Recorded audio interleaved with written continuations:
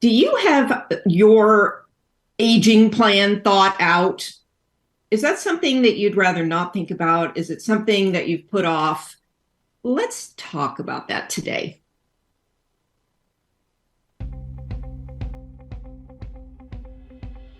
Your relationship with money matters. I'm Michelle Perkins, and this is the Money and You podcast, where I will be breaking down your relationship with money, offering tough love money tips, and a money dating plan that will focus on lifting the barriers to success to help pave the way for better money practices and increased wealth. It's time to take control to live a limit-free life. It starts today. Hello, hello, and welcome to the Limit Free Life, or I'm sorry, to the Money and You Show. Keep going back to that old name for some reason this year. So the Money and You Show, where we talk about your relationship with money and how to create more abundance and wealth and happiness and joy and freedom and prosperity in your life. So have not done a lot of new shows this year. I just did my first one for 2023 last week, and that is because I have been going through something that I'm going to share with you today. I don't always love to share my personal life with people, but in this particular case, I'm finding it to be so important that I do, because there is so much I didn't know.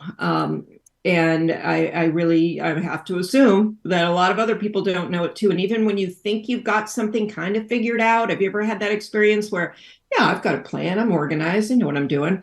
And then suddenly the actuality of the thing hits you and you are so not ready. And your plan is so inadequate. And you just really are blindsided by the whole thing. So I've just had an experience that I know many people have had. So I'm going to talk about this and people are going to be like, yeah, I mean, I've already done this and been through it. And so this is not something that it's not unique to me, and a lot of people listening may have it coming up ahead of them, and others have been through it. And I'm just shocked by it. I'll be honest. I am absolutely shocked by what I didn't know. And what people, again, the whole money thing, you know how nobody teaches you anything about money, and there's this huge financial literacy problem that we have.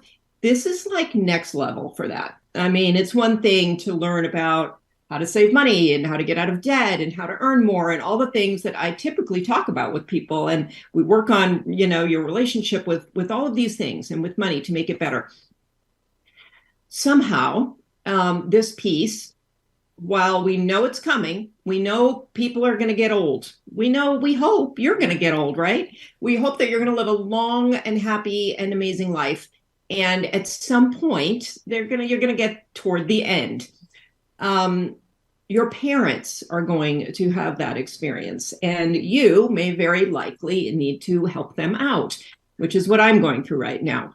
It's talked about so darn much that I want to try not to be cliche about it, but I am in that generation and that era right now that a lot of you are in, where we've got aging parents. We've also got kids that, fortunately, mine are 22 and 25. So, kind of was able to raise them and not have this be an issue while I was doing so, which in all honesty was something that I feel I manifested, because that was a kind of an intention and a wish that I had. But it's happening now. And taking care of parents is a super unique situation. Now, there's so incredibly much I can talk about, and I don't have the time. And so I'm gonna just basically go down the line of things that have shocked me and surprised me and really made me recognize all the things that we need to be thinking about ahead of time. So whether you're taking care of yourself, you're planning for retirement, right? That's something that a lot of you are doing. You're saving money. And I know what you're thinking. You're thinking what I was thinking. You're going to save money so you can, spend 6 months in Italy after you retire, and so that you can, do all kinds of cool things, see your grandkids all the time and all the stuff, right? Whatever it is for you that you want to do in your retirement. And so we save, and we have this kind of mindset around where it's going to go. And the shocking news is it's important to plan, because there is a really decent chance that all that wonderful, beautiful retirement savings may be going to things that you never wanted them to go for. Things like having people change your diapers and people, coming to help you with every conceivable thing, and healthcare costs and ambulances and God knows what.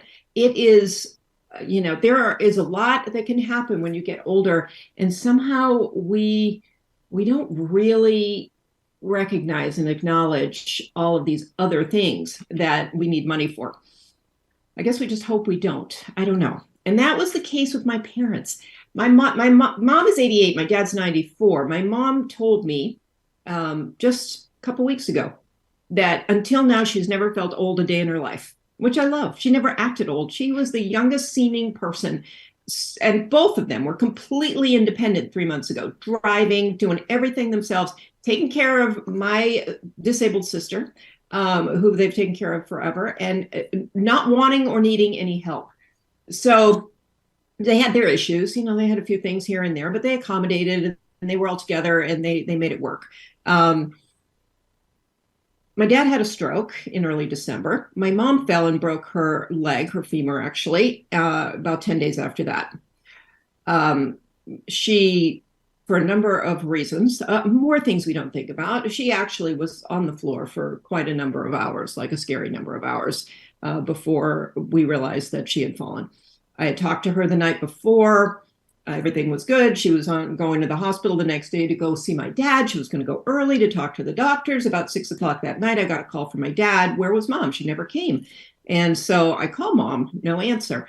And I go to mom, and sure enough, she has been on the floor since, it was probably 6:30 when I got there. She'd probably been on the floor since about 10 or 11 the night before. So there are so many things that happen that I could tell you about. Could she get to her phone? No. Did I have that silly sounding life alert thing? No. Should I have? Probably. The thing is, when people age and they do it well, we kind of go into this weird place where, we know we need to have these conversations. We know we need to do some of these things, but we feel we can wait. And I know we do that with ourselves too.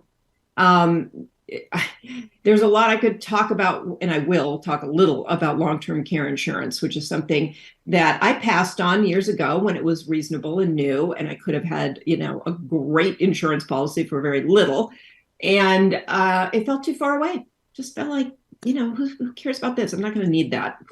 And we don't know why. We don't think it through. It just was a cost I didn't want to have at the time for a benefit that I couldn't really wrap my brain around at the time.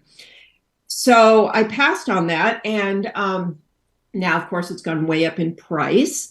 And, I bring that up because a lot of things just feel like someday I'll think about that. Someday I'll take care of this. Someday I'll make sure I have, X, Y, and Z. Someday I'll have that conversation with my parents.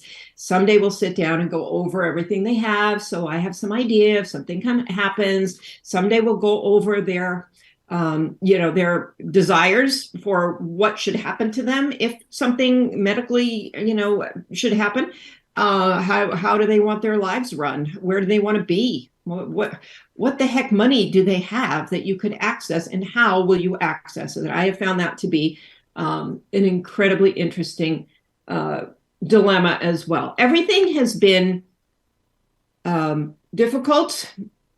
It had a million obstacles, and I've just found it to be shocking how hard we make it in this country, in this whatever, to actually help our loved ones when something happens.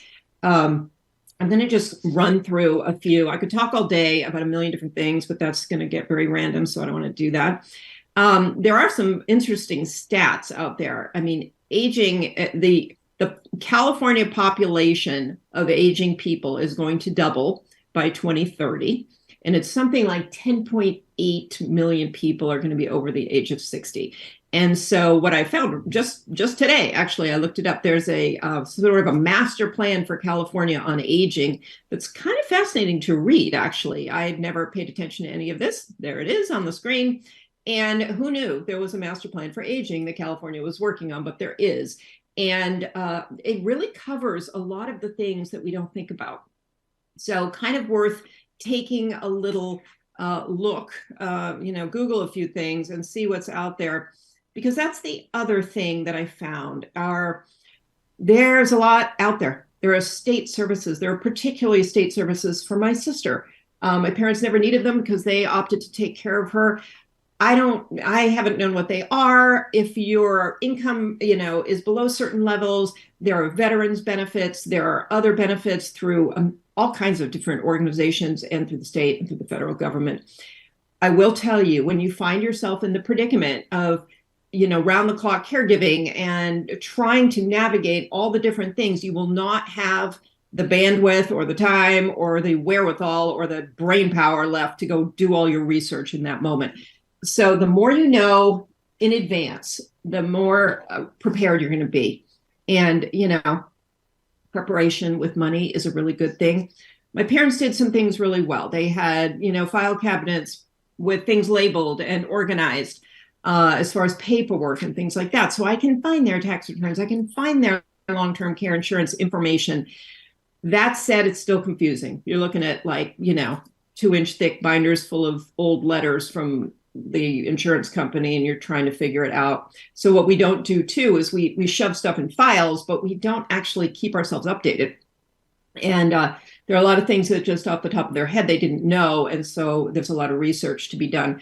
There are elder care consultants out there that can help you. There are people whose job it is to just help you to navigate this whole environment. And I've been fortunate to find some good agencies and some good people who are helping me to understand this process. But I'm going to tell you a few things to be aware of. Not to scare you, but I sure wish I'd known these things. I have just been surprised every day by how difficult it is, and how disconnected everybody is. I mean, you or your parent or a loved one goes in the hospital. You expect that hospital records and information will then be communicated down the line to maybe the next place, like the rehabilitation center or the skilled nursing home that your person goes to or you go to. No, none of these things really are forwarded and communicated properly. There is so much checking on, the prescriptions and the, from one organization to the next to know what's going on is something that has been very complicated.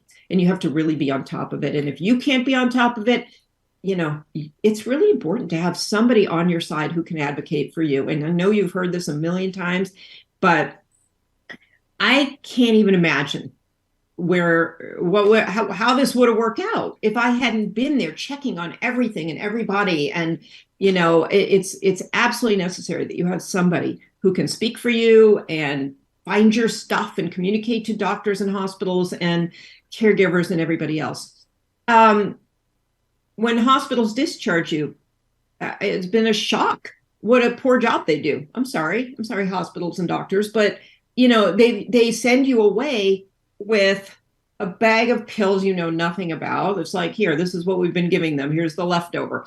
You don't know what you're doing. They sent me with a bunch of vials that you're supposed to put in a nebulizer. I didn't know what a nebulizer was. I didn't know what to do with the vials. And so I go to the pharmacy and the pharmacist explains it all to me. So in the hospital, when they discharge you, ask a lot of questions, because there were so many ridiculous things they sent me home with. And I had no idea why I was going home with these things, what they were. Nobody explained it. And some of the things were necessary, but I didn't understand it until 3 weeks later. So, we're using some things now that we should have been using from the get-go. Who knew? The medical community is interesting. They have very high expectations of what you're able to do after you get out of the hospital. And so they tell you to schedule all these appointments and things with people who can barely move. And so that's a whole other thing. How you're going to transport people. Who knew that there were actually transport agencies that will take you places, like to doctors? And also, who knew that sometimes the parent, or maybe you, will be like this, will just flatly refuse to go. And then you have to figure that out. There's a whole world of home health agencies that send people in to do PT and OT and speech therapy and all kinds of things. And that's a whole other thing that, yes, Medicare pays for. So that's fantastic. Medicare is another whole entire world, which I know nothing about. And I would advise that you understand your aging parents' insurance coverage. Another incredible thing, because my parents' coverage in January changed a little change, which meant it was still full Medicare coverage, Medicare PPO, meaning you can pick your doctors, but the insurance claims had to go through Blue Cross Blue Shield. Their particular retiree program, which was through the University of Texas, where my dad had worked, decided to do this little merger thing with Blue Cross Blue Shield. And so Medicare and Blue Cross Blue Shield, the Medicare benefits are what you get, but the insurance claims had to be processed through Blue Cross Blue Shield. Everyone was freaking out. There wasn't one hospital, doctor's office, home health agency, rehab facility that didn't call me like going, oh my God, we can't take this. We can't take your parent. I mean, they're already there, by the way. And then they would call and tell me that they couldn't take them. I don't know what they were planning to do, just toss them on the street or something. But they couldn't do it because they didn't understand the insurance. It's perfectly fine insurance, but they call you and they tell you they can't take it because they didn't understand it. And so multiple times I had to get Blue Cross Blue Shield on the phone, talking to the right person so they could clear this up. And it was an enormous headache and enormous stress. And I didn't know anything about it. And my parents are now in a position where when you ask them about it, they also don't know anything about it. So that's the real kicker, is you think that people will be able to communicate things after something happens. And oftentimes they cannot. They cannot remember. They're confused. They may have some cognitive decline. And this might be an issue with you as well. I'm realizing, okay, I think I'm going to be able to explain things to people, but I may be in a position where I can't. And so that's where all of these things need to be talked about. I've talked to some friends who were very smart, and when their parents started aging, they became signers on their bank accounts, because guess what?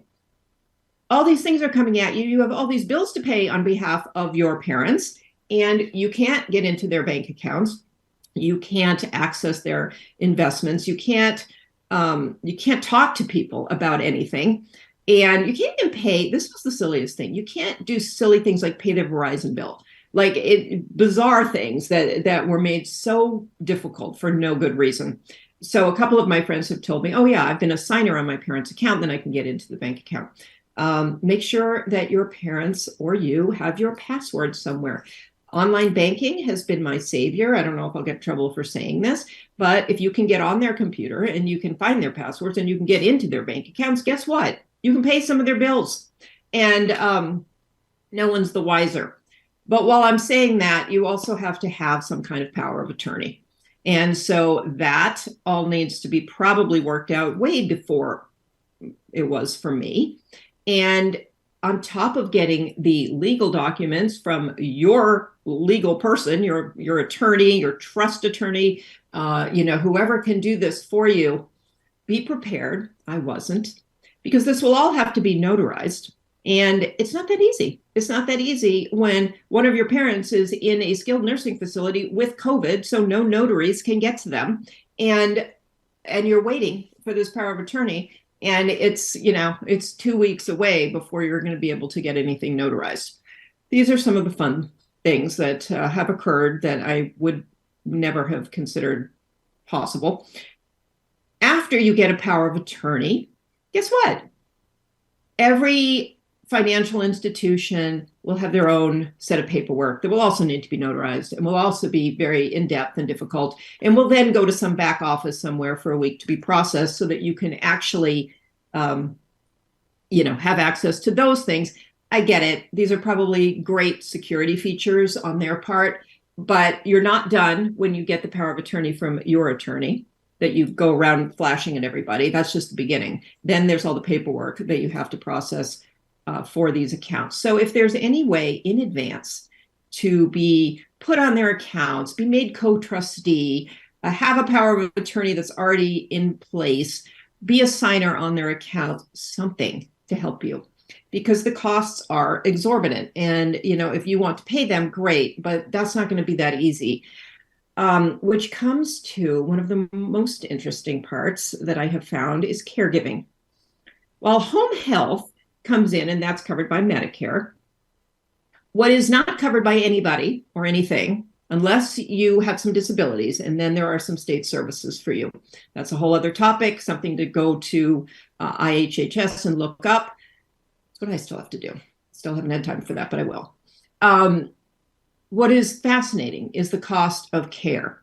And I'm not talking about medical care. I'm talking about getting people food, potentially feeding them if they can't feed themselves, helping them to the bathroom. The bathroom becomes an enormous topic of conversation and a huge part of your life. How you get to the bathroom, what you can do in the bathroom, all the bathroom stuff. These are the basics of caregiving: eating, using the bathroom, moving around a little bit, and some very, very basic things like that: showering, bathing. These are the things that caregivers do for you, or you can do it, but I'm telling you, it is massively stressful and difficult, and creates a very interesting emotional an emotional connection on one hand, but a lot of emotional other stuff on the other hand, if you choose to do it yourself. And even if you do choose to do it yourself, you can't do it 24/7. You've got to have help. So, and 24/7 is something that happens. I have had 24/7 round the clock care for my parents for, first it was just my dad and my sister. Now it's my mom, dad, and my sister. And the cost of that has blown my mind. We are talking on the lowest end about $20,000 a month to $50,000 a month, which is a little closer to where I'm at with licensed agencies and one caregiver for all three people. But when you're talking about an hourly rate, let's say $50 an hour plus overtime, and they usually work 12-hour shifts. There are other ways to do it. You can find a private caregiver, but again, somebody's got to pay taxes, somebody's got to have insurance. So there are some things that go along with that as if you are hiring an employee. So I chose to go the agency route, so people are vetted and I don't have to worry about insurance and taxes. In the long run, if I were thinking I was going to keep doing this forever, I would have to make a change. No question about it. But the cost of caregiving, and I just want to say, this has not precluded me from being there. I've been there anywhere from 4 to 12 hours a day, most days. And I do all the shopping, and I do all the supply picking up and the prescription picking up and all that stuff. So I'm not complaining. I'm just saying, if you have a regular job, fortunately, I have a job that's flexible that I can do from home. There are so many factors that go into this. So again, not trying to be a giant downer or scare you to death, but I just am fascinated by, the planning that is necessary and the things that can help you. Long-term care insurance, I will relook at. Even today with the giant cost of it, according to a few people, there are some new hybrid products that are like life insurance, long-term care, hybrid things. I don't know much about them yet, but I will be doing my research and looking into that. And I have been told that even at my old age, there are still things available. And I was told by the owner of one of the caregiver agencies that if it was a choice of eating or paying for her long-term care insurance, she would pay for her long-term care insurance. And now I get it. She said that to me before I understood any of this, and I get it. It makes sense. It's just such a help, actually, to offset these enormous costs. So I've just sort of blurted out a lot of things. And I don't know if this is even helpful because it just, I just poured it out without a lot of planning for this podcast. But I would say make it a priority to plan. You do not want, this is what my dad keeps telling me. I didn't want my whole retirement going to this. I wanted it to go to my kids. I wanted it to go toward other things.